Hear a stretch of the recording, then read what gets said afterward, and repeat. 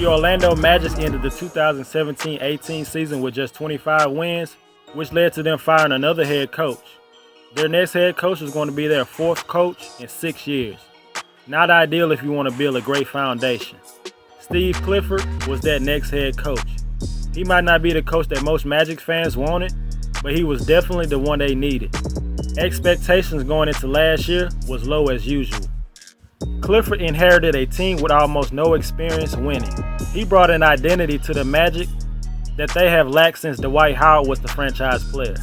Defense and discipline has always been Clifford's calling card.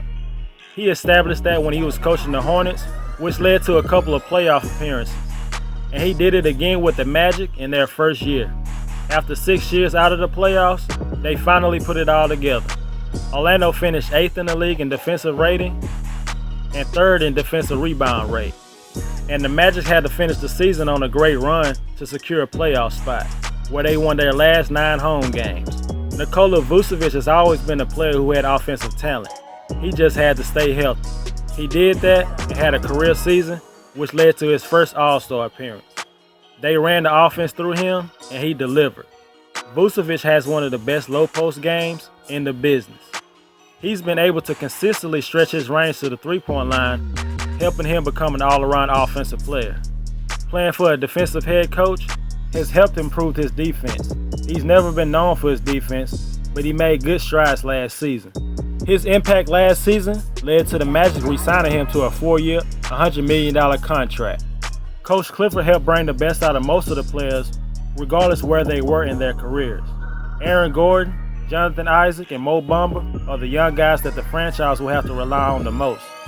Gordon didn't necessarily grow as a scorer, but he was able to be more consistent defensively and was a willing passer as he looked for his teammates more, which resulted in a career high in assists per game.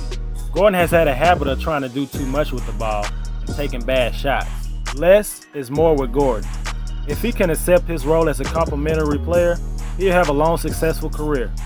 I believe if he tries to prove he can be an elite offensive player, he'll hurt the team and hurt his career. Jonathan Isaac is probably the most talented of anybody on the team. He might not ever be a great scorer, but he has a skill set to score in multiple ways, and he's already a plus defensive player after 2 seasons. He is still relatively raw offensively, and missing most of his games due to injury didn't help. I'm not sure if Gordon and Isaac complement each other, and the Magic might have to make a choice on which guy to keep in the future. Mo Bamba had a very disappointing rookie season. You would have thought when they drafted him that Vucevic was already out the door. But with Vucevic playing so great last year and Bamba playing so bad, things have quickly changed. Even though he blocked some shots last season, Mo Bamba was a liability on both sides of the ball. He wasn't strong enough, and he looked lost most of the time. He suffered a stress fracture in his left leg that ended his rookie season. If Bamba doesn't show any progress this season, the Magic might entertain trading him and stick with Vucevic as their starting center for years to come. As I said earlier, Clifford brought the best out of his players regardless where they were in their careers. Terrence Ross and DJ Augustine were not expected to be important pieces to the team. Nobody was going to be excited about Augustine being the starting point guard at this point of his career, but he was the perfect point guard for this team. Clifford needed a point guard who could take care of the ball and run an offense, and Augustine was just enough of a threat offensively to keep defenses honest. In Game 1 against the Raptors, he controlled the entire game and closed it out with a clutch three-pointer. He is obviously not the future of the team as a starter, but he is a nice stopgap at that position. Terrence Ross was good enough to be a starter, but to improve the bench production, Clifford decided to have him come off the bench. Vucevic wasn't the only player on the team that had a career year. Ross had one also, and he can get hot in a split second. There were plenty of times where Ross won games by catching fire with a flurry of three-pointers. Before the season, the Magic never had a great bench. Having Ross come off the bench permanently changed a lot. Magic are a team that usually strike out in free agency with big-name players, so they have to be a team that builds through the draft and take chances in the trade market. They decided to take a chance on the former #1 pick, Markelle Fultz. Fultz has had one of the most strangest starts of a career for a #1 pick, and they only had to give up a top 20 protected first-round pick in 2020. That's worth the gamble. Augustine is the veteran point guard that folks need to learn from. Develop great habits and be a professional. Folks is very talented, but he has zero confidence in his shot. Augustine could be the guy that helps Markelle get back on the right track. And there's a chance he might not even be ready to play at the start of the season.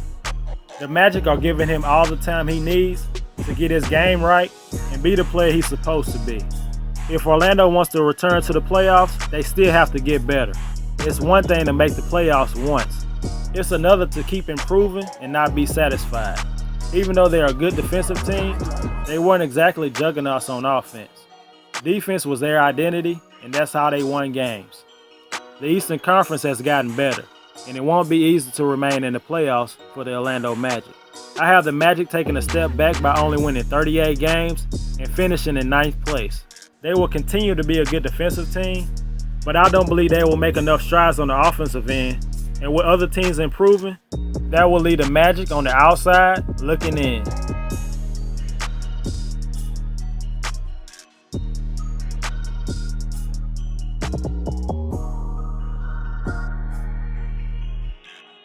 We got a problem.